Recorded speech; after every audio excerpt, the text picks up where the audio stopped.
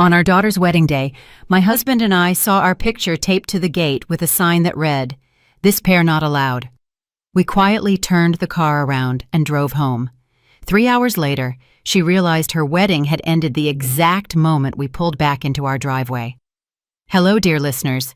Before I begin telling you this difficult story from my life, I ask that you please support our channel. Subscribe, give us a thumbs up, and tell us in the comments what city you're listening from. It truly means a lot to us. And now, enjoy the story. That morning, I woke up not to the sound of my alarm clock, but to silence. You know that special ringing quiet that comes before a storm or a huge celebration? For me, this day was both.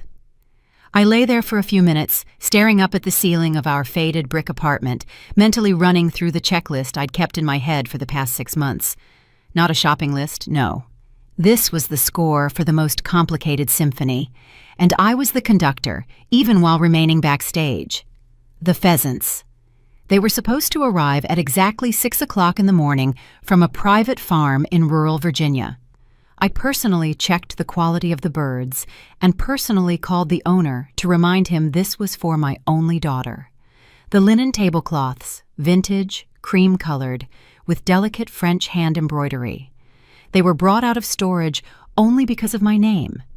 The florals, no tacky roses, just wild meadow flowers paired with rare orchids, exactly the way Camille wanted. Everything was measured to the millimeter, to the second, to the last breath. I got up and walked to the window. The city was just starting to stir, but I could already smell success. I had given 40 years of my life to the restaurant business, 40 years of feeding politicians, celebrities, and billionaires, always remaining the strict woman in a black suit who made sure the soup didn't get cold and the glasses sparkled.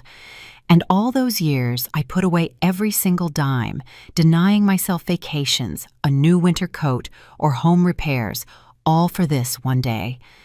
The day my Camille would become a princess. Not like me, a workhorse who always smelled faintly of the kitchen, but a real lady. Earl was already up. He sat on the kitchen chair, fully dressed, sipping tea. His old gray suit was impeccably pressed, and his white shirt was crisp. He looked solemn and a little scared. "Vivian," he asked quietly, without lifting his eyes from his mug, "are you sure we fit in? The Vances, they're, well, you know, blue bloods, even if they're broke." I walked over to my husband and placed my hand on his shoulder. I could feel his muscles tense. "Earl," I said, "stop it. We don't just fit in. We are the parents of the bride. And we paid for this entire reception. Every single fork, every napkin there is our sweat and our effort. The Vances are giving her a name, but we gave her life. Remember that." I put on my best dress, a structured, dark chocolate-colored dress, long and covering my knees. No excesses, just a simple brooch pinned to the lapel of my jacket. We weren't trying to look richer than we were. Our wealth was in something else. In our dignity, and in the fact that we had made the impossible possible for our little girl. We went down to our car. Our old, faithful Buick LeSabre looked humble compared to the fleet of luxury cars that must already be rolling into the mansion. But the interior was spotless, and Earl drove so carefully, as if he were transporting a crystal vase. The drive out of the city took about an hour. We barely spoke, each lost in our own thoughts. I remembered negotiating with Frank Delgado, an old friend and the owner of that luxurious historic Hudson Valley mansion by the river.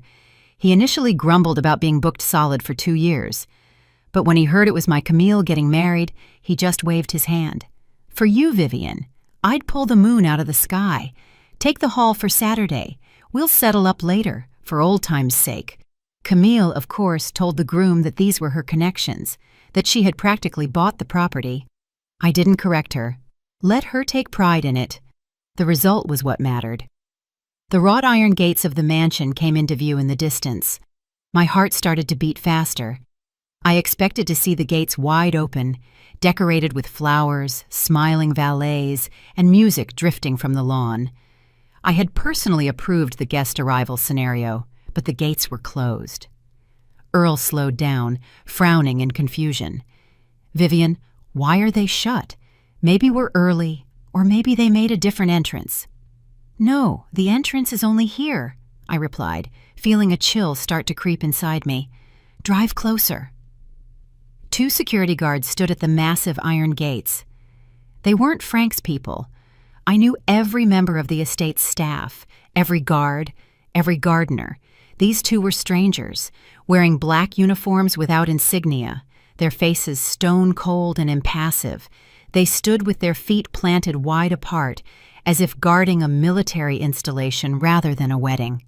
We pulled up right next to them. Earl shut off the engine. The silence in the car became thick.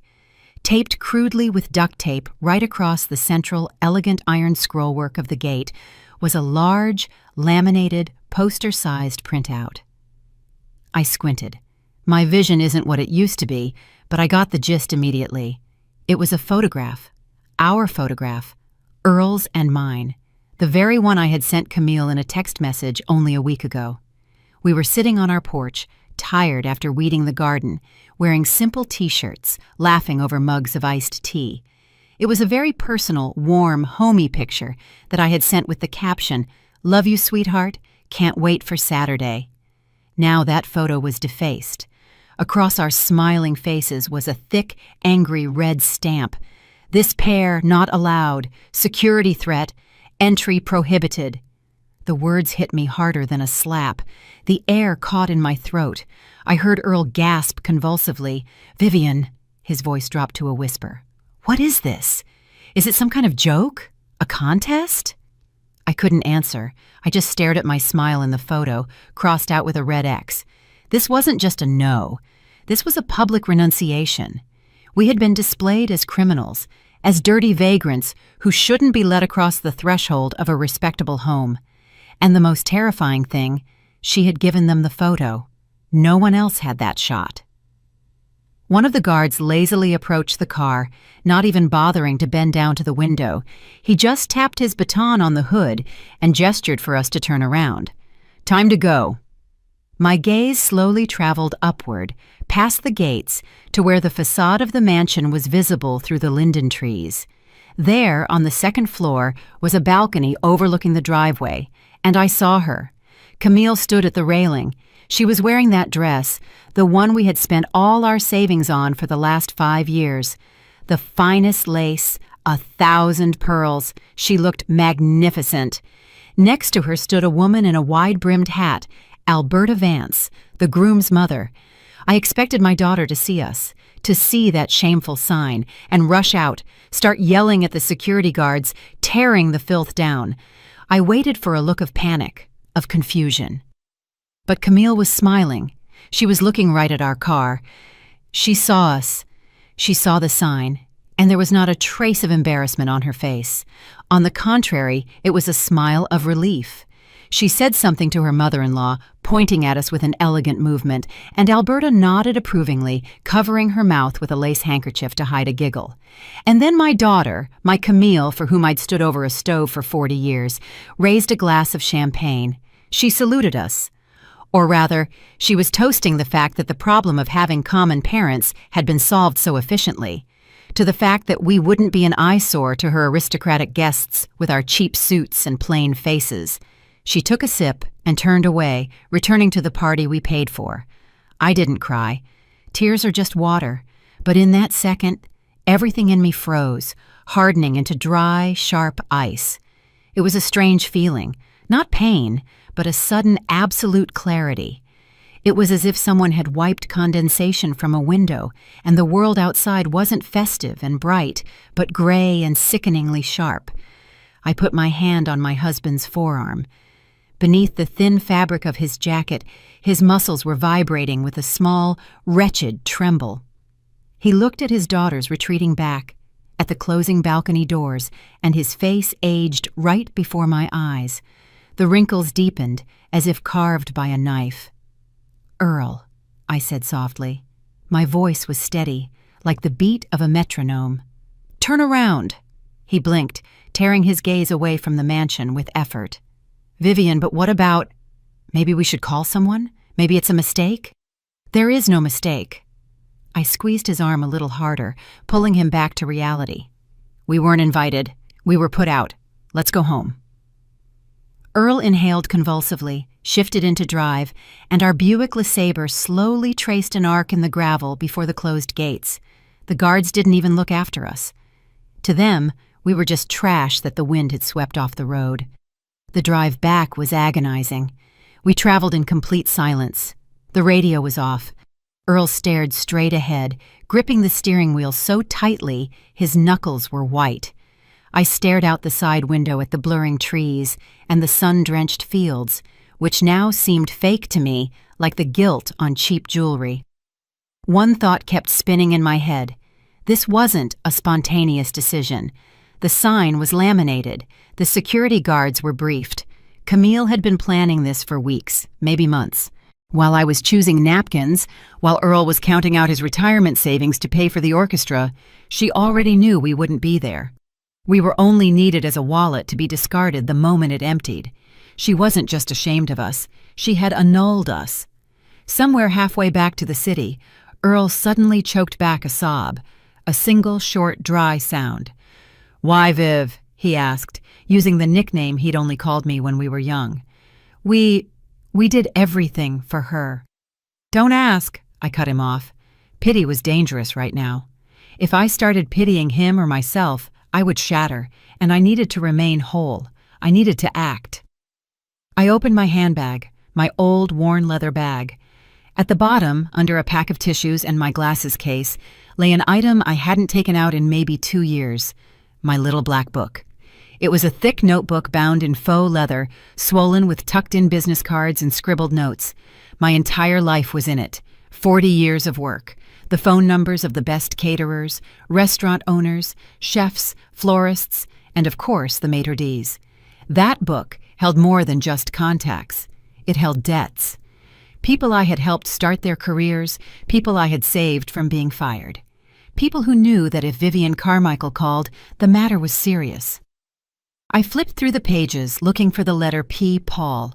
He was the head steward at the wedding right now, the senior floor manager overseeing every move the waiters made. 15 years ago, I had hired him, a college kid, to wash dishes in the Waldorf Astoria's banquet hall. I taught him everything: how to uncork wine without spilling a drop, how to calm a drunk guest, how to hold your back straight even when you're collapsing from exhaustion. He used to call me Mama Vivian. I dialed the number. The phone rang long and slow. I imagined the hustle and bustle at the mansion, the guests seating themselves, anticipating the first toast. "Hello, Vivian Carmichael." Paul's voice was breathless but cheerful. "Are you on your way? We're running a little behind with the seating chart. Alberta Vance caused a scene about the place cards, but I fixed it all. We're just waiting for you and Earl." I looked at the road. We were entering the city limits. The gray brick apartment complexes surrounded us, pulling us back into our familiar world. "Paul, listen to me carefully," I interrupted him. My tone was the same one I used to use when scolding him for dirty cuffs, icy, and brooking no argument. "We won't be coming." "What?" He was bewildered. "What do you mean you won't come? Did something happen? Did the car break down? I'll send a driver right now." "No, Paul. Listen and don't interrupt. The sponsor has left the project." "What? Which sponsor?" He didn't understand. He was still in party mode. "Me," I said harshly. "I am the sponsor of this banquet. I am the client. I am revoking my presence and my obligations." Silence hung in the receiver. I could hear the background sounds of the party: laughter, glasses clinking, the distant sound of a violin. That world only existed because I paid for it. "Vivian Carmichael." Paul's voice wavered. "I don't understand." He was a smart boy. He was starting to get it. "Do you remember Section 4.2 in our standard service contract? The one we drafted for corporate clients?" "Client refusal of presence," he muttered automatically. "Exactly. In the event of the client's absence from the event, the service format changes. Paul, switch the banquet to commercial mode." "But Vivian Carmichael, there are 200 people. There's the caviar, the pheasants, the wine alone. $8,000 worth is already open." Starting this second, I enunciated every word, looking at my hands resting calmly on my lap. Everything served on the tables must be paid for on the spot. The sponsor is gone. The open bar is over. Kitchen, stop. Alcohol, stop. Any order goes through the register only. They'll kill me, Paul whispered, horror in his voice. They won't kill you, I assured him. You're just doing your job. Tell them the client's account has been frozen. And Paul. The wine from the special reserve. The cases I brought personally yesterday. Lock the cellar. Put the key in your pocket. That is my private property, not part of the catering. Understood, he replied in a different tone, the tone of a professional who had received a command in a crisis. Switching to cash and carry mode. Should I announce it to the guests? No, let the surprise be gradual. Start with the servers. Have them stop circulating the appetizers. I pressed the end call button. The phone screen went dark. I put it back in my purse and snapped the clasp shut with a loud click. Earl looked at me. His eyes held fear mixed with admiration. What did you do, Vivian? I just stopped being a mother, Earl, I answered, staring ahead at the gray asphalt. And I became who they think I am, a service provider. And service providers, as we know, only work for money. The phone in my bag didn't ring. Not yet. I knew it would take another 20 minutes before the wave from the stone I'd thrown into the water reached the shore. Meanwhile, at Frank Delgado's mansion, as I had predicted, a very different scene was unfolding. I didn't see it with my own eyes, but 40 years of experience allowed me to reconstruct the events with perfect timing. I knew the rhythm of a banquet. I knew how the room breathed. The guests had taken their seats at tables set up in the garden under the canopy of ancient trees. A pristine white tent shielded them from the sun. A light breeze stirred the edges of the tablecloths. The orchestra played something light and unobtrusive, Vivaldi or Mozart. Camille was seated at the head table next to Julian. She was glowing. She felt like a queen who had successfully executed a palace coup. Her parents were gone. The embarrassment was eliminated. Around her were only her people, the high society folk she longed to be a part of. Alberta Vance, adjusting her massive necklace, must have tapped her fork against her glass already, demanding attention for the first toast. But something went wrong. The waiters, my boys and girls, trained to automatic perfection, should have been gliding silently between the tables right now, pouring champagne and offering canapes with caviar. But they were moving differently. Strange, jerky. They froze. Paul, having received my call, didn't waste any time. He crossed the floor with a brisk stride, issuing short commands into his earpiece on the fly. The senior servers nodded, their faces turning serious. The smiles vanished. Trays of appetizers that had already been lifted were lowered back onto the side tables. "Excuse me, ma'am," a young server said politely but firmly, pulling a bottle of expensive champagne right out from under the nose of Julian's portly uncle, who was reaching for it. Technical pause. The music abruptly stopped. The violinist lowered his bow, looking confusedly at the conductor, to whom someone had whispered something. In the silence that followed, the clinking of cutlery sounded especially loud and out of place. Camille frowned. She looked around, searching for Paul. "Hey!" she called out, snapping her fingers. That gesture always irritated me. You snap your fingers for a dog, not a maitre d'. "Why is the music silent? Where is the wine? Our guests have empty glasses." Paul approached the head table. He was immaculate in his tuxedo, but the servility Camille was used to seeing was gone from his eyes. He looked at her the way you look at a customer whose credit card has just been declined. "Madam," he said dryly, "not Camille or Mrs. Vance, but a flat, impersonal madam. We've encountered a difficulty accessing the alcohol reserve." "What difficulties?" Alberta Vance cut in, her nostrils flaring in anger. "You can't open a bottle. It's crystal. We paid for it." "I'm afraid not," Paul replied calmly. "The wine cellar and the premium alcohol are the private property of the event's sponsor. As the sponsor is not on the premises and has not authorized the reserve to be opened, access is sealed. I have the key, but I am not authorized to use it without the owner's direct command." Camille turned pale. The patches of blush on her cheeks turned bright red. "What sponsor? What are you talking about? This is my wedding. I'm the hostess. Pour the wine immediately." "Your wedding is unquestionable, madam," Paul agreed, a barely perceptible hint of irony in his voice. "But the service contract was not signed by you, and the premium items were not paid for by you." The crowd started whispering. Guests began looking at each other. Someone nervously chuckled.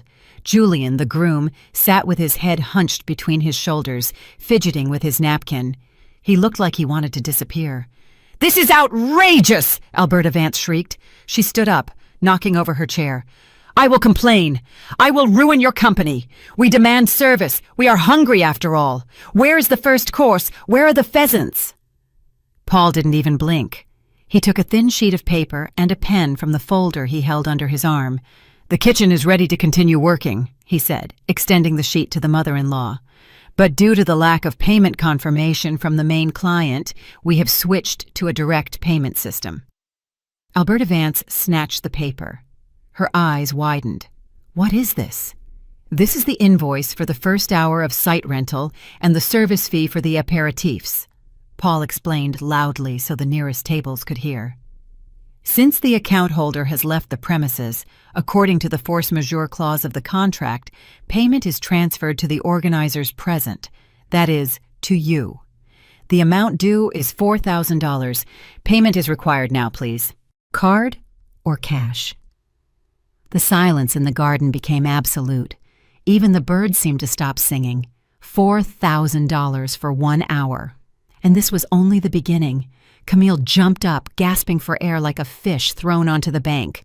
"You're lying!" she screamed, her voice cracking. "Mom paid for everything, everything. You're just trying to extort money. I'll call the police." "Call them," Paul shrugged indifferently. "But first, I'd recommend calling your mother, if she takes the phone.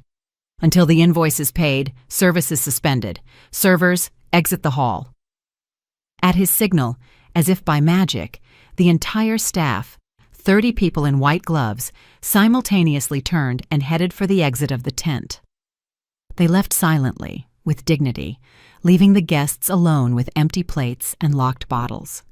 It was a terrifying sight for high society, to be left without servants, without food, left alone with their own helplessness. I imagined Alberta Vance's face at that moment. She was looking at the bill as if it were a death sentence. Her hands were shaking. She glanced at her son, Julian, seeking support, but he only lowered his head further. In our car, which was just pulling up to our building, Earl suddenly broke the silence. "They're going to start calling now, Viv. What are we going to say?" I looked at my phone screen. The first call. Daughter. The photo of a laughing Camille on the screensaver. "Nothing," I replied, swiping my finger across the screen and tapping decline. "We won't say anything. Today is our day off." I powered the phone completely down. The screen went dark, reflecting my calm, tired face. We were almost home, but I knew the real storm was still ahead. After all, I had only tugged on one thread, and I still held the entire spool in my hands. The key turned in the lock with a soft click, letting us back into the silence of our apartment.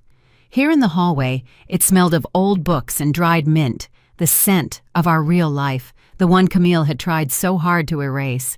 Earl and I walked in without taking off our shoes, like guests in our own home. He sank onto the ottoman in the entryway, slumping, and buried his face in his hands. His shoulders began to shake again, but this time, silently. "Viv," his voice was muffled beneath his palms. Were we too cruel? Maybe we should have just left and that was it. Left them the food. There are people there, guests. I took off my jacket and carefully hung it on a hanger. My movements were slow, automatic. "Cruel?" I repeated, walking into the kitchen and putting the kettle on the stove. "Earl, cruel is taping your parents' picture to a gate with security threat written over it. Cruel is being ashamed of your father's hands, which worked 2 shifts to pay for tutors. We're just restoring balance." The kettle started to whistle. I took out 2 mugs, our favorites, the ones with tiny chips that Camille always suggested we throw out. But the mansion, Earl raised his eyes to me, full of confusion. Camille told everyone it was her dowry, that we bought it for her. I froze, the jar of tea leaves in my hands. There it was, the core of the lie. She said a lot of things, I said quietly. She told the Vances that we gave her the estate, that the title was in her name. Earl's face went white. Lord, if they find out, they'll find out. I tossed a pinch of tea into the pot. Right now, they will. I walked over to the landline phone hanging on the wall. My cell was off, but only one important person knew this number: Frank Delgado. I dialed his private number. The rings were short and sharp. Yeah! A familiar bass voice snapped into the receiver. Frank was not in a good mood. The news from Paul must have reached him already.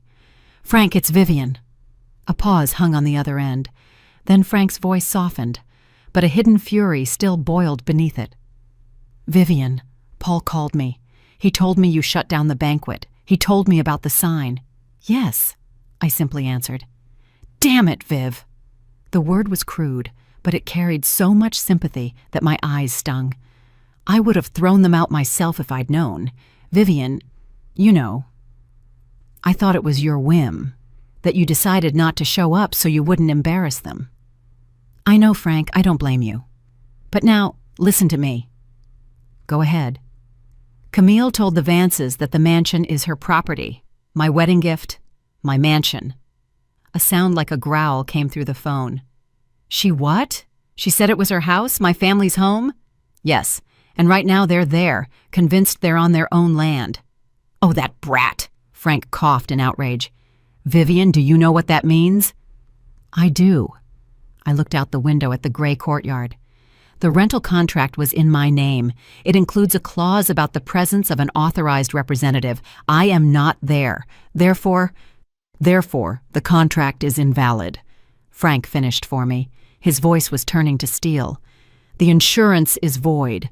Any damage, any injury, that's my personal liability, and I have 200 drunk clowns on the property. No, Vivian, this won't stand. This isn't a wedding anymore. This is criminal trespassing on private property. Do what you have to do, Frank. The protocol is the protocol. I'm coming out there, he barked shortly, and I'm bringing the dogs. He hung up. I slowly set the receiver back down on the cradle. At that moment, chaos reigned at Frank Delgado's estate. Guests, abandoned by the servers, were starting to rummage through the tables for food themselves. Alberta Vance, red with anger, was screaming at a terrified Julian, demanding he deal with these commoners. Camille was sobbing, smearing her mascara, trying to call anyone, but the signal naturally was poor. The thick walls of the old mansion blocked the reception. Suddenly the lights went out. It was instantaneous. The huge crystal chandeliers in the tent, the strings of lights wrapped around the trees, the powerful floodlights illuminating the mansion's facade. Everything went dark at once. The music, which was still playing from someone's portable speaker, choked. Darkness fell. Only the moon and the dim screens of cell phones lit up the fear-twisted faces of the guests. "What is happening?" shrieked some aunt in a feathered hat. "Are we in a cave?" Then the fountain stopped. The sound of water, which had created a pleasant background noise, vanished, replaced by an ominous silence in which only the heavy breathing of 200 people could be heard. And then they heard the barking. Deep, guttural, rolling barks from 2 massive Dobermans. Out of the darkness of the park, cutting through the gloom with a powerful flashlight beam, walked Frank Delgado. He wasn't in a suit. He was wearing an old camouflage jacket and heavy boots. On leashes, he held the 2 dogs, each the size of a small calf. The crowd recoiled. Women screamed. Men who had been pretending to be brave a minute ago backed away, knocking over chairs. Frank stopped in the center of the grounds, shining his flashlight beam onto the newlyweds' table. Camille squeezed her eyes shut against the bright light. "Who's in charge?" Frank roared. His voice, without a microphone, cut through the noise of the crowd. Julian tried to stand, but his legs wouldn't hold him. Alberta Vance, shielding herself with her son, yelled, "What do you think you're doing? This is private property. We're calling the police. Get those dogs away." Frank smirked. In the light of the flashlight, his smile looked chilling. "Private property?" he repeated mockingly. "That's right. This is my private property. And who are you?" "This is my daughter-in-law's home," Alberta declared, pointing a finger at Camille. "She's the owner." Frank moved the beam of light to Camille. She was huddled into a ball, shaking. "Is that right?" he asked gently, the way a python asks a rabbit. "Camille, sweetheart, tell them. Tell them whose house this is." Camille was silent. She couldn't squeeze out a word. "Speak!" Frank yelled, and the dogs backed him up with a growl. It's a rental," she whispered, barely audible. "Louder!" Frank demanded. "It's a rental!" she screamed, breaking into hysterics. "We're just renting it. It's not my house." The crowd gasped. Alberta Vance froze, her mouth open. She slowly turned to her daughter-in-law. "What?" she hissed. You lied this whole time?" "The rental contract is terminated," Frank announced, not giving them time to react. "Due to a gross violation of terms and the absence of the contact person. You have 30 minutes to get off my property. In 30 minutes, I'm letting the dogs off the leash. Time starts now." He ostentatiously checked his watch. The panic that gripped the guests was indescribable. People grabbed their purses, shoved each other, ran toward their cars, shining their phones at the ground. The aristocrats forgot their manners. They pushed each other in the narrow path, swearing and cursing the wedding, the groom, and the bride. In the chaos, Julian grabbed Camille by the arm, not gently, like a lover, but painfully enough to bruise. "You lied!" he yelled in her face, spitting. "You said the house was yours, that your parents have millions." I wanted it to be better," Camille cried. "I thought Mom would pay. She always pays." "Idiot!" Julian shoved her so hard she fell onto the grass, staining her precious dress. "We can't pay, don't you get it? We don't have any money, not a single penny. We are broke." Camille looked up at him with tear-filled eyes. "Broke? But Mama Alberta talked about a French estate, about stocks." Julian laughed hysterically, glancing at the fleeing guests. "The estate? Sold 5 years ago. The stocks? Worthless. We owe the bank so much you couldn't pay it off in your lifetime." "We only married you for your parents' money? We thought they would save us." The words hung in the air, heavy as a tombstone. Camille sat on the ground, in the dirt, in the dark, under the barking of the dogs, and looked at the man she had called her husband half an hour ago. Her fairy tale didn't just end, it turned into a horror movie. And the most terrifying thing was that there was no one coming to save her. Mom wouldn't come. Mom had turned off her phone. Julian's words still rang in the air, mixing with Frank's dogs barking. "We only married you for your parents' money." Camille sat on the grass, not attempting to get up. The mud had already soaked into the hem of her dress, turning the delicate embroidery into a gray mess. But she didn't notice. She looked at her husband, pale, twitchy, his face contorted with malice, and saw him for the first time. Not a prince from an old family, but a cornered, pathetic gambler whose bet hadn't paid off. "What did you say?" she whispered.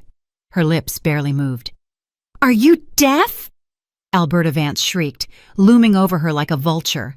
Her hat had slipped to the side, giving her a crazed look. "We're ruined! Your father, that cook! We thought he had a chain of restaurants. You said he was the king of banquets. We were counting on your dowry to pay off Julian's debts. And now what? We're being kicked out like dogs. And that bill, who's going to pay?" Camille tried to stand, leaning her hand on the ground. "But you're the Vances, the family crest, the history." "You can't eat history," Julian roared. He grabbed an unfinished bottle of wine from the table, which someone had left in their haste, and took a greedy swig right from the neck. A red stream ran down his chin onto his pristine white shirt. "My father lost everything gambling 10 years ago. We live on credit. We mortgaged the condo to buy me this suit and this ring. We thought your parents were a gold mine. Silent, hard-working suckers who would give everything for their daughter's happiness." He hurled the bottle into the bushes. The sound of breaking glass made Camille flinch. "And you?" Julian jabbed his finger at her. "You turned out to be just as worthless as us. A pauper, a liar. My mansion, my catering. Ugh!" Almost no one was left around them. The last guests, stumbling in the darkness, were running toward the gates, where their cars were creating a gigantic traffic jam. No one wanted to witness the shame. No one wanted to pay the bills. The fairy tale of the rich heiress and the noble aristocrat had burst, splattering mud on everyone nearby. Frank Delgado stood slightly apart, arms crossed. The dogs at his feet had quieted, sensing that the threat had passed. Only human rot remained. He didn't intervene. He gave them time to destroy each other. "You have 10 minutes left," he said loudly, looking at his watch. "Then I'm locking the gates. Anyone who doesn't make it is sleeping in the woods." Alberta Vance grabbed her son's arm. "Julian, let's go. We have to leave. We still have to deal with the bank." "And her?" Julian gestured to Camille, who was still sitting on the ground, hugging her knees. "Let her rot here," the mother-in-law threw over her shoulder. "She lied to us. She ruined our lives." They turned and walked quickly toward the exit, without a single backward glance. Camille was left alone, in the dark, in the dirt, in a silence broken only by the sound of receding cars. She slowly got up. Her legs were shaking. The dress, heavy with mud and tears, weighed her down. She looked around, empty tables, overturned chairs, broken glasses, the ruins of her ambition. And suddenly, she understood. My parents, they knew. Mom knew. She snatched up her phone. Her trembling fingers dialed the number. "The subscriber you are trying to reach is temporarily unavailable." She screamed. It was a scream not of pain, but of rage. She hurled the phone onto the grass, then immediately grabbed it again. She had to get to them. She had to make them fix everything. Mom always fixed everything. Mom always found a way out. Mom couldn't leave her like this. She ran toward the exit, barefoot on the gravel, having lost her high heels in the scramble, not feeling the pain. She burst through the gates and saw a taxi dropping off a late arrival. A photographer, apparently, who was just showing up now. "Stop!" she screamed, throwing herself toward the car. "Take me to the city, immediately!" The driver looked nervously at the disheveled woman in the dirty wedding dress. "I'll pay!" she cried hysterically, yanking the door handle. "Double fare, triple! Just get me out of here!" She gave the address, our address. While Camille sped toward the city, Earl and I sat in our kitchen. The kettle had long since gone cold, but we hadn't touched our mugs. Earl was looking out the dark window. "Viv," he said softly, "you know Julian. He's a gambler. I overheard his father mention debts at the engagement party, but I thought, business is business, credit is credit." I nodded. "I heard it too. But I didn't just hear it, Earl. I checked." He looked at me in surprise. "You checked?" "Of course. The first time Camille brought him around, I called a friend of mine at the bank, the one whose son's wedding I organized last year. I asked her to run a background check on the Vance name." "And?" "Blacklisted." I sighed. "Their credit history is ruined. Assets seized. They are bankrupt, Earl. Officially bankrupt. They were looking for a life raft and found our daughter. And you kept silent." There was not resentment in my husband's voice, but astonishment at my composure. I tried to tell her. Remember a month ago when I brought up the prenuptial agreement about checking their assets? Earl looked down. "She said you were meddling, that you were jealous of her happiness and the nobility of her fiancé." "Exactly. She didn't want to hear it. She was blinded by the luster of their name and her fantasies. If I had shown her the documents, she would have accused me of forging them. She had to see it herself." "See them eat each other alive," Earl concluded. Yes, it's a cruel lesson, but it's the only one she'll ever learn. The doorbell rang. The sound was sharp, demanding, prolonged. Someone was leaning on the button and not letting go. We exchanged glances. "It started," I said, getting up from the chair. I smoothed down my house dress, ran a hand through my hair. I was ready. "I'll get it." Earl also stood, but I stopped him with a gesture. "No, sit. This is my conversation." I approached the door. I could see Camille's distorted face through the peephole. She was alone. Julian and his mother must have fallen behind or gone somewhere else to lick their wounds, but I knew they would come too. Greed would bring them here. I didn't open the door right away. I put the security chain on first, then turned the lock. The door opened 5 inches. "Mom!" Camille shoved her shoulder into the gap, trying to widen the space, but the chain tautened with a clang of steel. "Mom, open up! Let me in!" She looked awful. Mascara ran down her cheeks in black streaks, her hair was matted, her dress was torn, but there was no remorse in her eyes. There was only fear and entitlement. "Mom, do you know what happened out there?" she screamed, seeing my calm face in the doorway. "Frank let the dogs loose. The guests ran off. Julian dumped me. They're bankrupt, Mom. They're poor." "I know," I replied calmly. Camille froze. She stopped pushing on the door and stared at me through the gap. You knew?" "Yes. And you let it happen?" Hysteria flared in her voice again. "You knew and stayed silent? You ruined my life on purpose." "I didn't ruin your life, Camille. I simply stopped paying for your illusions." At that moment, the elevator noise sounded in the hallway. The door slid open, and Julian and Alberta Vance rushed out. They looked no better than Camille, disheveled and out of breath. They had apparently decided they had nothing to lose and had come to demand compensation. "There they are!" Alberta shrieked, seeing me in the doorway. "The fraudsters, open up! We demand an explanation! We demand our money! You humiliated us!" Julian rushed to the door and tried to yank the handle, but the chain held firm. "You owe us!" he screamed. "You promised a dowry! Where is the money? Where is the mansion? We'll sue you for fraud!" I looked at this circus of freaks. My daughter, my son-in-law, his mother. 3 greedy mouths that had been ready to tear each other's throats out, now united against a common enemy. "Leave," I said quietly, but loud enough for them to fall silent. "There is nothing here for you." "We won't leave!" Camille squealed. "Mom, let me come home. I feel sick. I'm pregnant." Silence fell in the hallway. Julian froze with his mouth open. Alberta squinted. "Pregnant?" Earl whispered, coming up behind me and placing his hand on my shoulder. "Is it true?" "Yes!" Camille nodded frantically, grasping at the last straw. "Yes, Dad. You're going to have a grandson. You can't kick your pregnant daughter into the street. Julian, tell them." Julian, instantly reoriented, nodded. Yes, it's the heir. You are obligated to secure his future. Stress is dangerous for the baby. Open the door, now." I looked at my daughter.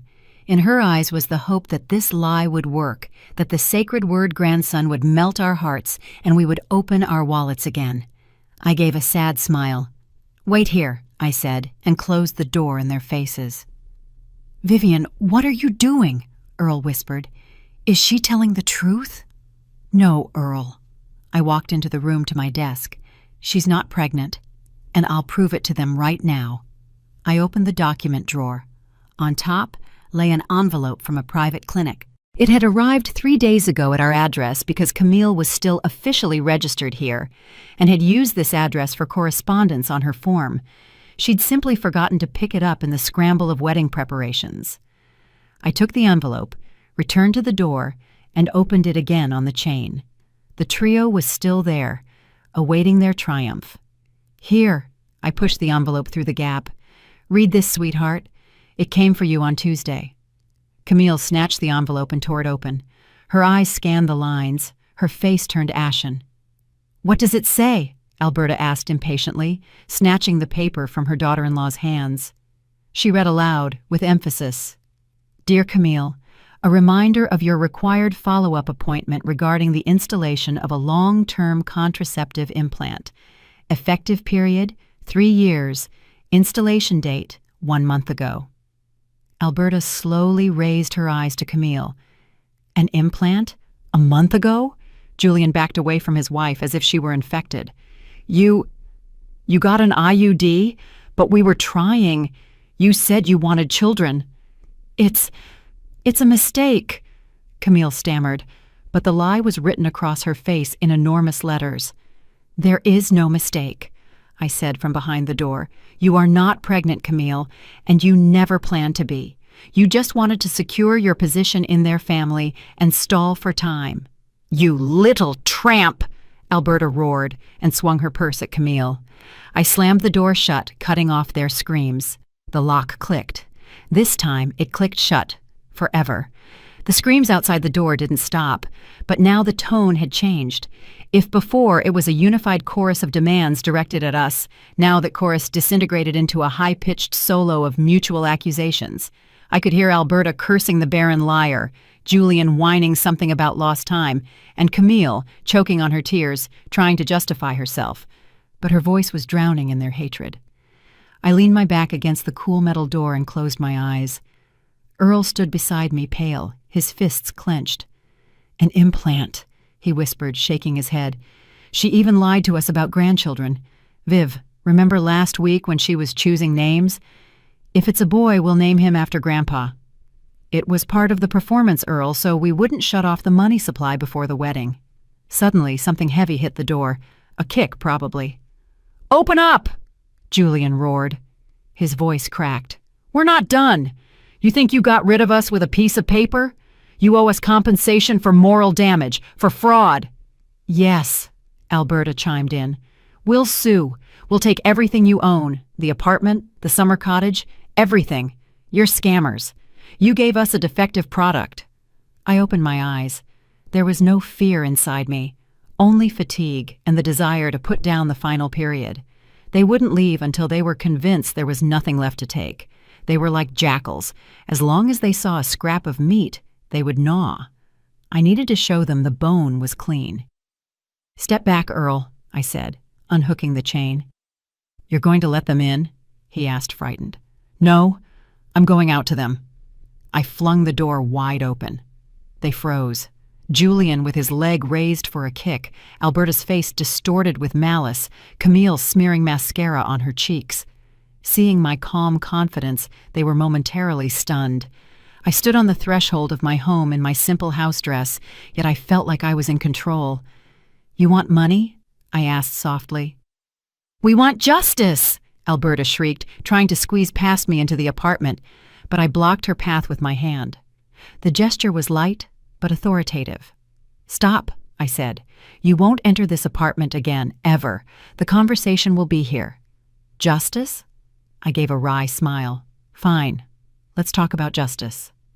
Julian, your debts total $1.5 million. I saw the bank statement. Your mother mortgaged her family jewels back in '98. You are broke. Julian turned pale, his eyes darting back and forth. Where did you get that? Slander? They are facts. And now, about my wealth, which you were counting on. You demanded a dowry, I continued, unrolling the paper.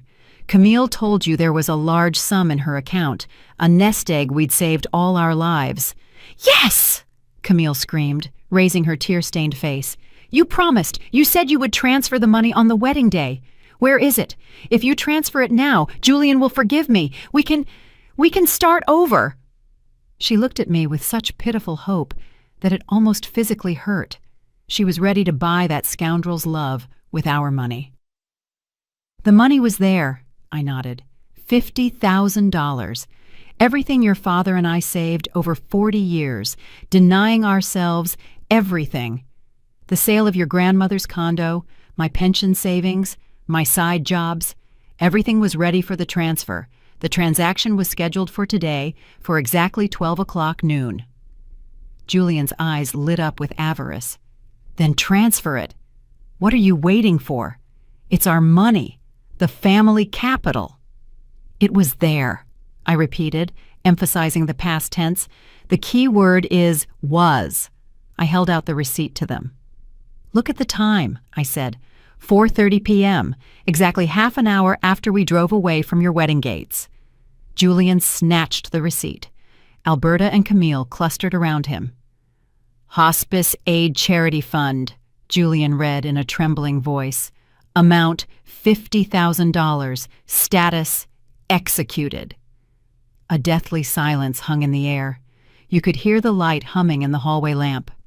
What is this? Alberta whispered, not believing her eyes. You gave the money to a hospice? Yes, I answered. An anonymous donation, non-refundable. The money is already gone from the account. We don't have it, and neither do you. You're insane, Julian screamed, crumpling the receipt and throwing it on the floor. You old lunatic! You burned $50,000? Just like that? Not just like that. I looked him straight in the eye. I bought my freedom and my husband's freedom with it. We are no longer the cash cows for your greed. Camille slid down the wall onto the dirty communal floor. She understood. Now she understood completely. The money was gone. The mansion was gone. The dowry was gone. All that remained were her husband's debts, her mother-in-law's hatred, and the closed door of her parents' home. Mom, she moaned. Why? For the portrait on the gate, daughter, I answered. For being ashamed of us, for lying, for wanting to use us and throw us away. We just beat you to it. We threw away that baggage first. But what about us? Alberta wailed. We can't pay for a taxi. We have nowhere to go. The apartment is sealed by the bank. Those are your problems, I said. You're aristocrats. Figure something out. Maybe sell your titles. Oh, right. They're worthless. I took a step back into the apartment. Goodbye, I said. Julian lunged for the door, trying to get his foot in the gap. But Earl, my quiet, calm Earl, suddenly stepped forward. In his hand was a heavy cast-iron skillet, which he must have grabbed from the kitchen. He didn't raise it. He just held it as a weighty argument. Move your foot, he said quietly, but Julian jumped back as if scalded. I closed the door and turned the lock twice. I secured the chain. We stood in the entryway, listening as a new wave of hysteria rose outside the door. But now it was far away, in another world, a world to which we no longer belonged. Our peace was broken not by their screaming, but by the wail of a siren. It drifted up from the street, cutting through the double-paned windows, and a minute later there was another knock on the door. This was a different knock, official, confident, heavy. Police, open up! Earl flinched and looked at me anxiously. I just nodded reassuringly. I had expected this. Our neighbors are vigilant, and the performance in the hallway was too loud even for a Saturday night. I opened the door. 2 police officers stood on the threshold. Young guys in uniform, tired and clearly annoyed by the call. Behind them, pressed against the wall, stood our guests. Julian looked like he'd just been in a brawl. Alberta Vance tried to maintain the remnants of grandeur, adjusting her crooked hat, and Camille just sat on the steps, covering her face with her hands. Ms. Carmichael? The senior sergeant asked, looking at his tablet. We got a call about a breach of the peace. Neighbors complaining about screaming and threats. Yes, this is my apartment, I answered calmly. And these people, I nodded at the huddled trio, were trying to force their way into my home against my will. They threatened violence and tried to extort money.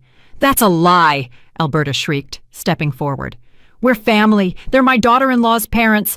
They stole our property. They're scammers. Officer, arrest them. They stole the money promised by the marriage agreement. The officer sighed wearily. Family disputes are the least favorite kind of call for any patrol officer. Ma'am, calm down. What agreement? Do you have documents? A verbal agreement, Alberta stated. They promised a dowry, $50,000, and now they say they gave it to some fund. It's theft. The sergeant looked at me.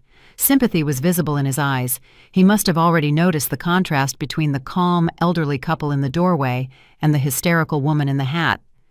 Do you have any claims against these people? He asked me. I only have one request, officer, I said. Remove them from my apartment building. They are not registered here. They are not invited, and they are disturbing my peace and frightening my neighbors." "But she's my daughter," Camille cried, lifting her head. "Mom, how can you?" "Ma'am," the officer addressed Camille. "Are you registered at this address?" Camille hesitated. "No, I moved out last week before the wedding to register at my husband's place." "Then you have no right to be here," the sergeant cut in. "All right, folks, time to go. Take your $50,000 arguments to court, but don't make a scene here." "We're not going anywhere," Julian insisted. "We have nowhere to go." "You'll go to the station if you don't clear the premises right now." The officer's voice hardened. He placed his hand on his nightstick. "Section 20.1 of the Penal Code, disorderly conduct. We'll file charges." Alberta Vance gave me a look filled with such venomous hatred that the air around her seemed to turn green. "You will regret this," she hissed. "You will die alone, and no one will bring you a glass of water." "I'd rather die of thirst than drink from hands that hate me," I replied. The officers began escorting them toward the elevator. Julian still tried to yell something about lawyers. Camille sobbed out loud, clinging to the railing, but force was not on their side. The elevator doors closed, cutting off their cries. The building fell silent again. The sergeant lingered for a second. "Sorry for the disturbance," he said, touching the brim of his cap. "If they come back, call us immediately. We'll send a unit." "Thank you, son," I smiled. I closed the door. This time, I didn't just lock it. I closed a chapter of my life. We returned to the kitchen. Earl sat down at the table and looked at the clock. "Almost 5 o'clock in the afternoon," he said aimlessly, "and we haven't eaten lunch." "And we won't," I replied, walking to the refrigerator. "We have more important things to do." "What things?" he asked, surprised. "Court? Lawyers?"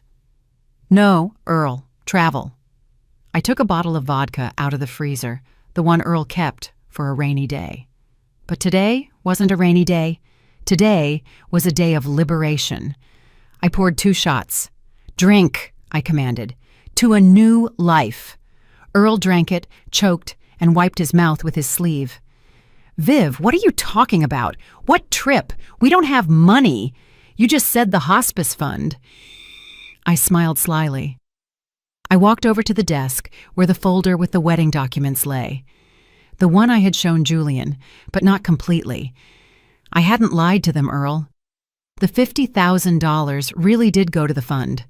That was our burial money, our safety net, the one they wanted so badly. But I hadn't told them about something else. I pulled another sheet of paper from the folder. It was a bill of sale. "What is this?" Earl put on his glasses. "Remember the garage? The brick one downtown your father left you? The one we've been renting out as a storage unit for the past 10 years? Yeah, I sold it yesterday." Earl's eyes widened. "Sold it? Why?" "Because we don't need it. And we need the money, but not for Camille, and not for the fund." I laid a glossy brochure I'd been hiding in the same folder in front of him. The cover showed a luxurious train speeding through a snowy wilderness and an inscription in gold letters. "The Coast to Coast Dreamliner, New York to San Francisco, luxury class." Earl took off his glasses. His hands were shaking. "Viv, that's your dream. You've wanted to do that since we were young." "Our dream, Earl. Remember when we watched that show about the Pacific Coast? How you wanted to see the ocean, but that's crazy expensive." "The garage," I cut him off. "It cost exactly as much as 2 first-class sleeper tickets with full board and excursions. Departure is tomorrow at 8 o'clock sharp from Grand Central Station." Earl was silent. He looked at the brochure, then at me, then at his empty glass. A tear rolled down his cheek. "But what about Camille?" he asked softly. "How can we just abandon her? She's going to be destitute." "She won't be destitute," I said harshly. "Grown adults with arms and legs don't become destitute. Let her learn to live. Let Julian go work as a moving man. Let Camille go be a waitress. I started by washing dishes, and the crown didn't fall off my head. It will be good for them. And we, Earl, we've done our part. We raised a daughter. We gave her an education. We tried to give her a wedding. She chose her path, and we will choose ours." I picked up the phone from the table. The The screen blinked with a notification. One message from Frank. Mansion is clean. Trash is gone. Your wine is safe in the cellar, waiting for better times. You are a rock, Vivian. I respect you. I smiled. Pack your bags, Earl, I said, feeling an incredible lightness in my body. We don't have much time. The train won't wait. Earl slowly stood up. He straightened his shoulders. For the first time all day, maybe in years, he looked not like a tired old man, but like a man with a purpose. The fishing rods? He asked suddenly, with boyish excitement. Can I bring the fishing rods? We'll be near the Pacific. You can, I laughed. You can bring everything, Earl. Now we can do anything. Night fell over the city like a soft blanket, but in our apartment the lights were on in every window. We didn't sleep, we packed. It was a strange process, fitting an entire life into 2 suitcases. Usually, getting ready for a trip is a scramble of lists and the fear of forgetting something. But now, we moved in a meditative rhythm. We didn't take anything extra, just the essentials. Warm clothes for the mountain winds, comfortable shoes, and medication. Age, after all, was taking its toll. And a couple of books. I took a volume of poetry. Earl took a fisherman's guide. I opened the closet in the hallway to get the travel bag, and my gaze fell on the hanger. Hanging there was that dark, chocolate-colored dress I had worn that morning. It seemed alien to me now, like a costume from a play long since retired from the repertoire. I ran my hand over the fabric. No nostalgia, just a slight surprise. Was that really me? Was I really planning to stand in a crowd of arrogant guests, catching crumbs of attention from my own daughter? The phone rang again. This time, it wasn't Frank or Camille. The number was unfamiliar. Hello? I held the phone to my shoulder, folding a sweater. Vivian Carmichael? The voice was young, female, and uncertain. It's Lena, the administrator from the hospice. I'm sorry to call so late. We just saw the deposit for $50,000. It's a mistake. I paused. No, Lena, I said softly. It's not a mistake. It's a gift. The young woman started to cry. I could hear her sniffing. You have no idea. Our roof was leaking in the 3rd wing. We didn't know how we were going to pay for pain medication next month. You saved us. Can we write about you? Can we put up a plaque? No, I said firmly. No plaques, no names. Just write, from parents who love. That's enough. Thank you. Thank you so much. I hung up. A warmth spread through my soul. Not the scorching pride I felt while organizing the wedding, but a quiet, steady warmth, like that of a wood stove on a winter day. This money didn't go toward caviar for people who despised us. It went toward silencing someone else's pain. This was right. Earl came out of the bedroom. He was already changed into his traveling clothes, comfortable corduroy pants and a flannel shirt. In his hands, he held the fishing rods in their case. Ready? I asked. Ready, he nodded. Viv, what about the picture? The one from the gate? I froze. I had completely forgotten about it. As we drove away from the mansion, obeying some impulse, I had asked Earl to stop, gotten out, and ripped that damned sheet off the gate, crumpled it, and thrown it into the back seat. Then at home, I had mechanically carried it into the apartment with my purse. Where is it? I asked. In the trash can, Earl replied. I put it there when you were talking to the police, but maybe we should keep it for memory, as a lesson? I walked into the kitchen and opened the cabinet door under the sink. On top of the potato peels lay that wad of glossy paper. The red letters, "This pair not allowed," showed through the creases. I looked at it for a minute, remembering that moment at the gate, the cold in my chest, Camille's laugh on the balcony. No, I said, slamming the door shut. We don't take trash into a new life. Let it rot here. That's the past, Earl. We're going to the future.